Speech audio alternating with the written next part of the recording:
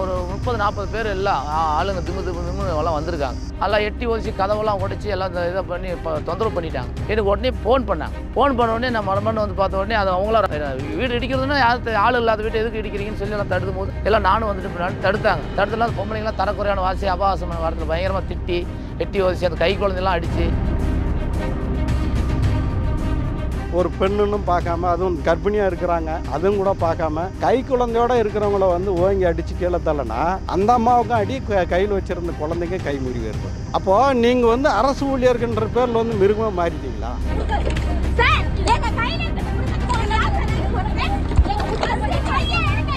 அதில் மெயின் வந்து அந்த ஆலயமணின்னு சொல்லிட்டு ஒரு ஸ்பெஷல் ரேஞ்சர், அதில் வந்து அந்த கணேசன் ஒரு ஃபாரஸ்ட், அப்புறம் ராமஜெயம், அப்புறம் வந்து பிருத்திவி சக்கரவர்த்தின்னு சொல்லிட்டு அவர் தான் மெயின். அவர் தான் பொம்பளைங்களாம் எட்டி வச்சார். அவர் இது மாதிரி ரொம்ப கொடூரம். எப்படின்னா பாகிஸ்தான் பார்டரில் தான் அந்த மாதிரி ஒரு பிரச்சனை, அந்த மாதிரி ஒரு இன்னும் நான் வேற நாட்டுக்கார மாதிரி அந்த அளவுக்கு வன்மையாக வந்து தாக்குறாங்க.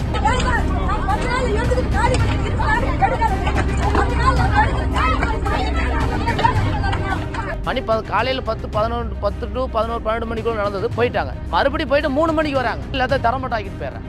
எல்லாமே போயிடுச்சு. அதில் வந்து ஒரு 7300 காசு வச்சிருக்கோம். ஏன்னா அர்ஜென்ட்டுக்கு எடுத்துகிட்டு போக முடியல. 2 பவுன் சைன் இருந்துச்சு. இதெல்லாம் நான் பெட்டிஷனில் மென்ஷன் பண்ணி கொடுத்தேன். இன்ன வரைக்குமே அந்த அதிகாரி நடவடிக்கை எடுக்கல. சும்மா சாதாரணமாக குடிசை அமைச்சு வாழ்ந்துட்டு இருக்கிற மக்களை வந்து 40 பேர் 50 பேர் வந்து திரண்டு வந்து அடித்து உடச்சி வீடெல்லாம் இடிச்சிட்டு தரமட்டமாக்கிட்டு போகிறீங்க. இவங்கிட்ட காட்டுற வீரத்தை அப்படியே ஜக்கி வாசுதேவங்கிட்ட போய் 1000 ஏக்கர் அழிச்சு வந்து யானை வழித்தடத்தை வந்து இது பண்ணியிருக்கிறான். இன்னைக்கு வரைக்கும் அதுக்கு மேலே நடவடிக்கை இல்லை. இதே வீரப்போ வந்து இங்கே 50 பேர் வந்த மாதிரி அங்கே ஒரு 5000 பேரை திரட்டிட்டு போய் அவங்ககிட்ட நில்லுங்க, ஜக்கு வாசுதேவங்கிட்ட வெளியே போன்னு சொல்லிப்பாரு. அடுத்து நீ என்ன நடக்கிறாங்கன்னு பார்த்துக்க. நீயே இருக்க மாட்டேன், உன் அரசாங்கமும் இருக்காது. இப்போ கூட பார்த்தீங்கன்னா தருமபுரி மாவட்டத்தில் குறிப்பாக வந்து காடுகள் சுற்றி வட்டார காடுகளில் வந்து ஆடு மேய்க்கக்கூடாது, மாடு மேய்க்கக்கூடாது அப்படின்னு சொல்லி 500 பட்டி மாடுகளை வந்து வெளியேற்றிருக்கிறாங்க வனத்துறை அதிகாரிகள். இப்போ காடை நம்பி தான் வாழ்கிறாங்க மக்கள். அப்போ காடில் இருக்கிற மாடுகளை வந்து மேய்க்கக்கூடாதுன்னு சொல்லி எல்லாத்தையும் வெளியேற்றிட்டு வராங்க. இப்போ ஆடு மாடு மேய்ச்சியா காடு அழிஞ்சிடும்னு சொல்லி பேசுகிறாங்க. ஆடு மாடு மேய்ச்சி இது வெளியே எந்த காடை தான் அழிஞ்சிருக்குதா? இந்த காடை வந்து குறிப்பிட்ட 20 கிலோமீட்டருக்கு வந்து அதானிக்கு வந்து கொடுக்க போகிறாங்க. அதானி வந்து இங்கே சரணாலயம் அமைக்க போகிறான். அவனுக்கு வந்து டிஸ்டர்பாக இருக்குது. உள்ளே வந்து விலங்குகளை அனைத்து விலங்குகளும் கொண்டு வந்து இங்கே விட போகிறான். டூரிஸ்ட்டுங்களை கவர் பண்ணி வந்து பார்க்க வைக்கிறதுக்காக டிக்கெட் போட்டு அவன் வருவாயை ஏற்றுறதுக்காக மேலும் அவனுடைய சொத்தை வந்து அதிகரிச்சிக்கிறதுக்காக இங்கே சரணாலயம் அமைக்க போகிறான். இது கவர்மெண்ட் எல்லா வசதியும் அவனுக்கு செஞ்சு கொடுக்க போகுது. அதனால் உள்ளே இருக்கிற மக்கள் அவனுக்கு டிஸ்டர்பாக இருக்கிறாங்க.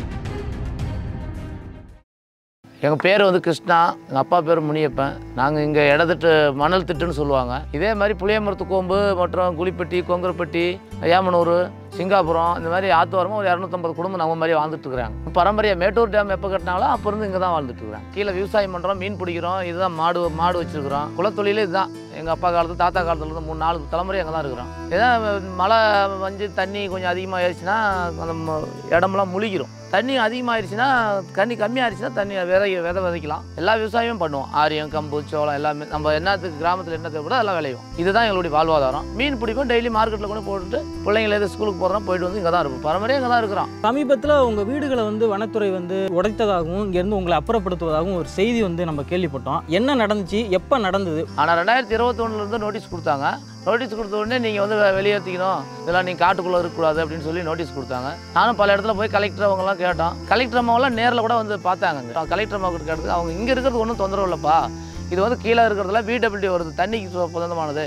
ஏன்னா தண்ணி யாருன்னா முழுகிறோம், தண்ணி வடிஞ்சால் விவசாயம் பண்ண போகிறீங்க, இதுக்கும் ஃபாரஸ்ட்டுக்கு வந்து தொந்தரவு இல்லை. இது ஏதோ உங்களுக்கு யாராவது தவறான ஏதோ சொல்லியிருக்கிறேன், இந்த கூட நான் பேசிக்கிறேன், ஃபாரஸ்ட் அதிகாரிகிட்ட பேசுகிறோன்னு சொல்லி சொன்னாங்க.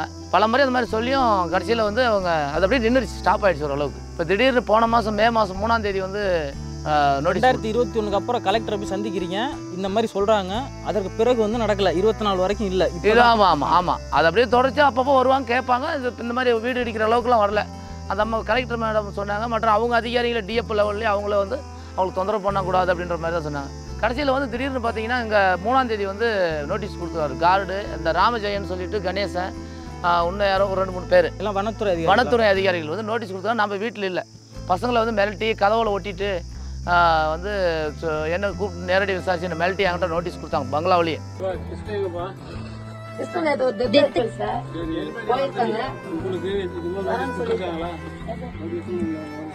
இந்த வீட்டுக்காரவங்க யாரு? எங்க தம்பி தான். இந்த வீட்டுக்காரங்க யாரு? அவங்க வைஃப் அவங்க வைஃபோட சிஸ்டர் தான் டெத். போயிட்டாங்களா? ஆமா. அப்ப இங்க இருக்கவங்க யாருமே இந்த வீட்டுக்கு சொந்தக்காரங்க இந்த வீட்டுக்காரங்க தம்பி பையன் இருக்கான். இன்னொரு பையன் மத்தவங்க யார் யாரு? அவங்க வீட்டுக்காரங்க அவங்க வீட்டுக்கு போங்க. 9ஆம் தேதி ஒரு டெத் ஆயிடுச்சு. எல்லா ஃபேமிலி எங்கள் குடும்பம் எல்லாம் போயிட்டாங்க வெளியில். நானும் அன்றைக்கி தான் கிளம்பி போகிறேன். கடைசியில் பார்த்தீங்கன்னா ஒரு 30-40 பேர் எல்லாம் ஆளுங்க திமுன்னு எல்லாம் வந்திருக்காங்க. எல்லாம் இந்த டெத்துக்கு வந்தவங்கலாம் கொஞ்சம் இப்போ வீட்டாண்டு எங்கள் ஆளுங்கெல்லாம் நம்ம நிறைய குழந்தை போலீஸ் மாசமாக்குறவங்கலாம் அங்கே இங்கே இருந்தாங்க. ஏன்னா அவங்க இங்கேருந்து ஒரு கிலோமீட்டருக்கு அந்த பக்கம் அங்கே ஒரு 10 வீடு இருக்குது. அங்கே போனோன்னா இங்கே வந்து இருந்துட்டு தான் போவாங்க. இங்கே தான் இருப்பாங்க. சமீபமாக ஏதாவது ஒன்று இங்கே தான் இருப்பாங்க. அவங்களெல்லாம் வந்து மிரட்டி எல்லாம் எட்டி ஒதிச்சு கதவெல்லாம் உடைச்சி எல்லாம் இதை பண்ணி தொந்தரவு பண்ணிட்டாங்க. எனக்கு உடனே ஃபோன் பண்ணாங்க. ஃபோன் பண்ண உடனே நான் மறுமணி வந்து பார்த்த உடனே அது அவங்களாம் ரொம்ப கஷ்டமாக ரொம்ப தடுத்தாங்க. வீடு இடிக்கிறதுனா ஆள் இல்லாத வீட்டை எதுக்கு இடிக்கிறீங்கன்னு சொல்லி எல்லாம் தடுக்கும் போது எல்லாம் நானும் வந்துட்டு பின்னாடி தடுத்தாங்க. தடுத்துலாம் பொம்பளைங்களாம் தரக்குறையான வாசி அபாவாசமான வாரத்தில் பயங்கரமாக திட்டி எட்டி ஒதிச்சு அந்த கை குழந்தைலாம் அடித்து எல்லாம் இது பண்ணிட்டாங்க.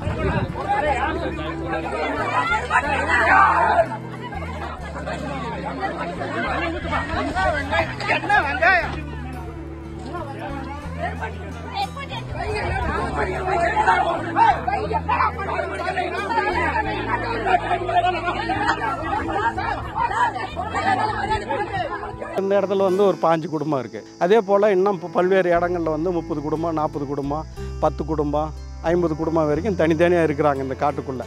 இப்போ எல்லாருமே வந்து வெளியேற்றுறது தான், வெளியேற்ற போகிறாங்க. இப்போ எல்லாருக்கும் இது வந்து இந்த மாதிரி நடந்திருக்கு. அது முதல்ல இங்கே தான் காட்டியிருக்கிறாங்க. அது எல்லாத்துக்கும் வந்து ஒரே டைமில் வந்து செஞ்சோம்னா வச்சுக்கோங்க, ஒரு எதிர்ப்பு வரும். எதிர்ப்பு வந்தால் அதுக்கு வந்து வெளியில் வந்து ஃபோக்கஸ் ஆகும். அது அடக்கிறது கஷ்டம். அதனால் வந்து ஒரு இடத்த வந்து அடித்து காலி பண்ணிட்டோம்னா பாரு அவன் வெளியேற்றான், நீ வெளியேறு. பாறை மம்முட்டி இந்த இதுன்னு சொல்லுவாங்க, 2 பக்கமும் பதமாக கட்டை வெட்டின்னு சொல்லுவாங்க. அந்த மாதிரி நிறையா எல்லாம் இந்த மாதிரி தான் வனத்துறை அதிகாரிகள் ப்ளஸ் காவல்துறை வந்தாங்களா? காவல்துறை கூட வந்தாங்க. ஆனால் காவல்துறைக்கு வந்து எதுவும் அந்த மாதிரி அவங்க பாதுகாப்பாக தான் இருந்தாங்க. அவங்களுக்கு வந்து பாதுகாப்பு தான் வந்துருந்தாங்க. அவங்க நம்மளை ஒன்றும் எட்டி வச்சதோ அதிகமான ஏதோ பண்ணலை.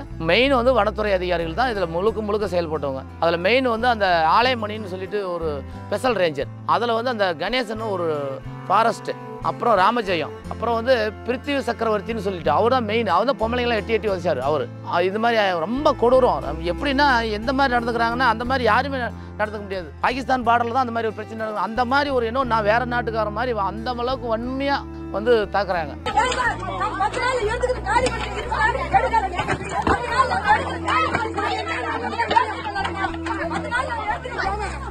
ஒரு கர்ப்பிணி பெண்ணுங்க, அது ஒரு கை குழந்தைய வந்து வச்சுக்கிட்டு வந்து ஏங்க எங்கள் வீட்டை இடிக்கிறீங்க, எது வந்தாலும் வந்து எங்கள் ஆம்பளைங்க வரட்டும் வந்து பேசிக்கலான்னு சொல்லி தடுக்கிறாங்க. யாருனாலும் வீட்டை இடித்தா தடுக்க தானே செய்வாங்க. அதுக்கு வந்து பொறுப்பாக நீ வந்து அரசாங்க ரூல்ஸை கூட சொல்லியிருக்கலாம், அல்லது வந்து நீ சட்டப்படி இங்கே தங்கக்கூடாதுன்னு பொறுப்பாக கூட வந்து இது பண்ணிக்கலாம். ஒரு பெண்ணுன்னு பார்க்காம, அதுவும் கர்ப்பிணியாக இருக்கிறாங்க அதுவும் கூட பார்க்காம கை குழந்தையோடு இருக்கிறவங்கள வந்து ஓங்கி அடித்து கீழே தள்ளனா அந்த அம்மாவுக்கும் அடி, கையில் வச்சுருந்த குழந்தைங்க கை முறிவு ஏற்பட்டு. அப்போது நீங்கள் வந்து அரசு ஊழியர்கின்ற பேரில் வந்து மிருகமாக மாறிட்டீங்களா?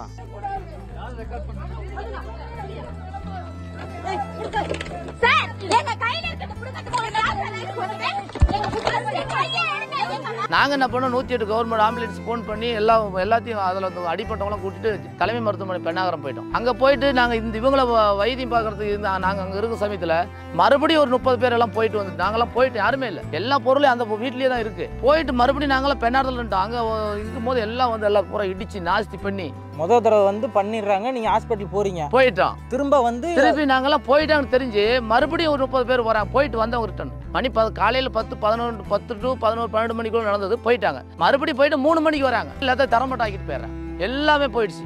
அதில் வந்து ஒரு 7300 ரூபா காசு வச்சுருந்தோம். ஏன்னா அர்ஜென்ட்டுக்கு எடுத்துகிட்டு போக முடியல. 2 பவுன் சைன் இருந்துச்சு. இதெல்லாம் நான் பெட்டிஷனில் மென்ஷன் பண்ணி கொடுத்தேன். இன்ன வரைக்குமே அந்த அதிகாரி நடவடிக்கை எடுக்கல.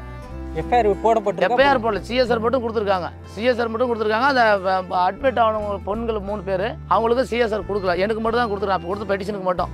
இந்த காட்டை வந்து நீங்கள் இந்த உள்ள வந்து இருக்கக்கூடாது, குடியிருக்கக்கூடாது, நீங்கள் வெளியேறணும் அப்படின்னு வந்து ஃபாரஸ்ட் ஏன் சொல்கிறான், ஏன் அது உடனே வெளியே ஏற்றணும் அப்படின்னு சொன்னால், இந்த காடை வந்து குறிப்பிட்ட 20 கிலோமீட்டருக்கு வந்து அதானிக்கு வந்து கொடுக்க போகிறாங்க. அதானி வந்து இங்கே சரணாலயம் அமைக்க போகிறான். அவனுக்கு வந்து டிஸ்டர்பாக இருக்குது. உள்ளே வந்து விலங்குகளை, அனைத்து விலங்குகளும் கொண்டு வந்து இங்கே விட போகிறான். டூரிஸ்ட்டுங்களை கவர் பண்ணி வந்து பார்க்க வைக்கிறதுக்காக டிக்கெட் போட்டு அவன் வருவாயை ஏற்றுறதுக்காக, மேலும் அவனுடைய சொத்தை வந்து அதிகரிச்சிக்கிறதுக்காக இங்கே சரணாலயம் நினைக்க போகிறான். இது கவர்மெண்ட் எல்லா வசதியும் அவனுக்கு செஞ்சு கூட போகுது. அதனால் உள்ளே இருக்கிற மக்கள் அவனுக்கு டிஸ்டர்பாக இருக்கிறாங்க. இப்போ எப்படி எங்கே வசிக்கிறீங்க? அந்த வீட்டை இடிச்சிட்டாங்க, இப்போ எப்படி இருக்கு? அதே இடத்துல தான் இருக்கிறோம், பக்கத்தில் தார்பாய் கேட்டு அங்கே தான் இருக்கிறோம். வேறு வழியில் நாங்கள் அங்கேயே தான் இருப்போம், வேறு வழியில் அதே வீட்டில் தான் அங்கே பக்கத்துலேயே வந்து ஒரு தார்பா மாதிரி கட்டிட்டு அங்கே தான் இருக்கிறோம். வனவிலங்குகள் போகிறப்பா வழியில் வீடுகள் இருக்குது, இங்கே ஆக்கிரமிச்சிருக்காங்க அப்படிங்கிற குற்றச்சாட்டின் அடிப்படையில் தானே அது செய்யப்படுது. நீங்கள் வந்து இப்படி ஒரு இதை சொல்கிறீங்க, அதானிக்காகத்தான் இது நடக்குதுங்கிறீங்க. சரி, அதான் வந்து இப்போ 4 தலைமுறையாக இருக்கிறாங்கல்ல, அந்த 4 தலைமுறையில் பக்கத்தில் தான் போலீஸ் ஸ்டேஷன் இருக்குது. இவன் வந்து ஒரு முயலை வேட்டையாடினா, அல்லது வந்து ஒரு மானை வந்து கல்லால் அடித்தான், அல்லது யானையை வந்து வழி தடுத்து வந்து துரத்தி விட்டான் அப்படின்னு ஒரு சின்ன வந்து பெட்டிக்காசாக அது போட்டு வச்சுருக்கேன். இந்த மக்கள் அப்படி வந்து செஞ்சுருந்தா. ஆனால் செய்கிறவன் நிறையா இருக்கிறான். இப்போ ஜக்கி வாசுதேவன் இருக்கிறான்ல, அந்த பையன் வந்து கார்பரேட் சாமியார். இங்கே வந்து சும்மா சாதாரணமாக குடிசை அமைச்சு வாழ்ந்துட்டு இருக்கிற மக்களை வந்து 40 பேர் 50 பேர் வந்து திரண்டு வந்து அடித்து உடச்சி வீடெல்லாம் இடிச்சிட்டு தரமட்டமாக்கிட்டு போகிறீங்க. இவங்கிட்ட காட்டுற வீரத்தை அப்படியே ஜக்கி வாசுதேவன்கிட்ட போய் 1000 ஏக்கர் அழித்து வந்து யானை வழித்தடத்தை வந்து இது பண்ணியிருக்கிறான். அதனால் பார்த்தீங்கன்னா கோயம்புத்தூர் முழுக்க யானைங்க, சிறுத்தைங்க, புலிங்க எல்லாமே வந்து ஊர்வலம் வருது ஊருக்குள்ளே. டெய்லியும் வந்து தொலைக்காட்சியில் நீங்கள் பார்த்துருப்பீங்க. இன்றைக்கி வரைக்கும் அதுக்கு மேலே நடவடிக்கை இல்லை. இதே வீரப்பா வந்து இங்கே 50 பேர் அந்த மாதிரி அங்கே ஒரு 5000 பேரை திரட்டிட்டு போய் அவங்ககிட்ட நில்லுங்க, ஜக்கு வாசுதேவன்கிட்ட வெளியே போன்னு சொல்லிப்பார்.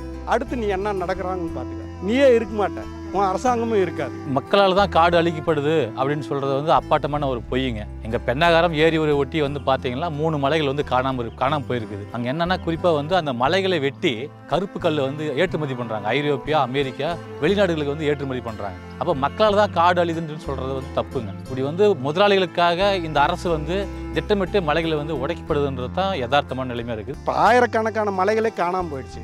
எல்லாம் கிரானைட்ன்ற பேரில் யார் உழைக்கிறவன் வந்து டைலர்ஸ் போட்டுக்கிறானா? உழைக்கிறவனுக்கு அந்த மலை தேவைப்படுதா? எல்லாம் உங்களுக்கு தான். ஆயிரக்கணக்கான மலைகளை காட்டில் இருக்கிறது எப்படி காணாமல் போச்சு? இடித்து எடுத்துகிட்டு போனீங்க. நீங்கள் வந்து புது இப்போ பில்டிங்கை கட்டிக்கிட்டு நல்லா சொகுசாக வாழ்கிறதுக்கு வந்து உங்களுக்கு பயன்படுது. அதனால் அது உங்களுக்கு தேவை. அப்படியேப்பட்ட ஆளுங்களெல்லாம் உங்களால் ஒன்றும் பண்ண முடியாது. ஜக்கி வாசுதேவனை ஒரே ஒரு கேள்வி கேட்டு நீ வெளியே இருப்பான்னு ஒரு நோட்டீஸ் கொடுத்துட்டு பார்ப்போம். தனியார் மயம், தாளார் மயம், உலக மயம் என்ற கொள்கை அடிப்படையில் முதலாளிகளுக்காக காடுகளை வந்து ஒப்பந்தம் போட்டு சரணாலயங்களை அமைக்கிறதுக்கான வேலைகளை வந்து அது மெல்ல மெல்ல வந்து கொண்டு போகிறாங்க. இப்போ கூட பார்த்தீங்கன்னா தருமபுரி மாவட்டத்தில் குறிப்பாக வந்து காடுகள், சுற்றி வட்டார காடுகளில் வந்து ஆடு மேய்க்கக்கூடாது, மாடு மேய்க்கக்கூடாது அப்படின்னு சொல்லி 500 பட்டி மாடுகளை வந்து வெளியேற்றிருக்கிறாங்க வனத்துறை அதிகாரிகள். அப்போ காடை நம்பி தான் வாழ்கிறாங்க மக்கள். அப்போ காடில் இருக்கிற மாடுகளை வந்து மேய்க்கக்கூடாதுன்னு சொல்லி எல்லாத்தையும் வெளியேற்றிட்டு வராங்க. இப்போ கடந்த ஒரு வாரத்தில் செய்தி தினகரன் பேப்பரில் ஆடு மாடு மேய்ச்சியா காடு அழிஞ்சிடும்னு சொல்லி பேசுகிறாங்க. ஆடு மாடு மேய்ச்சி இது எந்த காடை அழிச்சிருக்குதா? தினம் வந்து மிரட்டுறதை வந்து நிப்பாட்டிக்காங்க. டெய்லியும் வந்து ஃபாரஸ்ட் துறையிலேருந்து வர்றது உங்களை வந்து இனிமேல்ட்டு வந்து கட்டாயமாக காலி பண்ணிடுவோம். அதுக்கு மேலே வந்து பல விளக்கை வந்து எப்படி போடுறதுன்னு எங்களுக்கு தெரியும். அந்த விளக்கை வந்து போட்டு கண்டிப்பாக வந்து காலி பண்ணிடுவோம், இடத்துல நீங்கள் இருக்க முடியாது அப்படின்னு சொல்லி படிக்கிற மாணவர்கிட்ட வந்து சொல்லிட்டு போகிறாங்க. அதை நம்மக்கிட்ட சொல்கிறாங்க. தயவு செஞ்சு அந்த மாதிரியான வேலைகளை வந்து அச்சுறுத்துறதை வந்து நிறுத்திக்காங்க. பொய் வழக்கு போடுறதோ அல்லது வந்து மிரட்டி வந்து மன உளைச்சல் ஆக்குறதோ அல்லது வந்து பெண்களை வந்து பயமுறுத்துறதோ இதெல்லாம் வேண்டாங்க. அரசு ஊழியர்கள் நீங்கள் அந்த அளவுக்கு வந்து ஒரு கண்ணியமாக நடந்துக்காங்க. நாங்கள் எங்கள் அப்பாவெல்லாம் படிக்கல, நாங்களும் படிக்கல, பிள்ளைங்க படிக்கிட்டோம். இங்கே நாங்கள் மீன் பிடிச்சி தான் அவங்களாம் நல்லதாக படிக்கிறோம். ஏதோ நாங்கள் இன்றைக்கெல்லாம் பெங்களூர் அங்கேருந்து வேலைக்கு போய் நாங்கள் தெரியாத தொழிலாம் செய்ய முடியாது. இங்கே நாங்கள் போனால் டெய்லி இப்போ நைட்டு 10 மணிக்கு மீனுக்கு போவோம், நைட் 2 மணிக்கு மீனுக்கு போவோம். என்னை கொண்டு போய் நீங்கள் அவங்க என்ன சொல்கிறாங்கன்னா பெண்ணாகரம் பக்கம் இடம் தரேன்னு சொன்னால் நான் 12 மணிக்கு அங்கேருந்து வந்து மீன் பிடிக்க முடியாது. இதுலேருந்து நாங்கள் இங்கேருந்து காலி பண்ணிட்டு போக மாட்டோம். அவங்க என்ன பண்ணாலும் இங்கேருந்து நாங்கள் போகிறதுக்குள்ள வழி எல்லாம் போயிட்டு எங்களுக்கு சார் போடுவாங்க. எந்த அரசாங்கம் எங்களுக்கு எதுவும் பண்ணாது. இதான் உண்மை. அதனால் நாங்கள் இங்கே தான் இருப்போம். ஏதாவது அரசாங்கம் நினச்சி எங்களுக்கு இதே இடத்த உறுதியாக பண்ணி கொடுக்கணும். உங்ககிட்ட வந்து ஒரு 10 ஏக்கர் நிலத்தை கொடுங்க அல்லது இந்த இடத்துல எனக்கு வீடை கட்டி கொடுங்க அப்படின்னு அவங்க கேட்க வரலையே. அவங்க நாங்கள் வாழ்கிற இடம் இது. அவங்க முப்பாட்டம் அங்கே வாழ்ந்தாப்புல, அவங்க பாட்டம் அங்கே வாழ்ந்தாங்க, அவங்க அப்பா வாழ்ந்தாப்புல, அடுத்து இவங்க வாழ்கிறாங்க, அவங்க பிள்ளைங்க வாழ்கிறாங்க. அந்த இடத்த வந்து உத்தரவாதப்படுத்துறதுக்கு உனக்கு என்ன பிரச்சனை?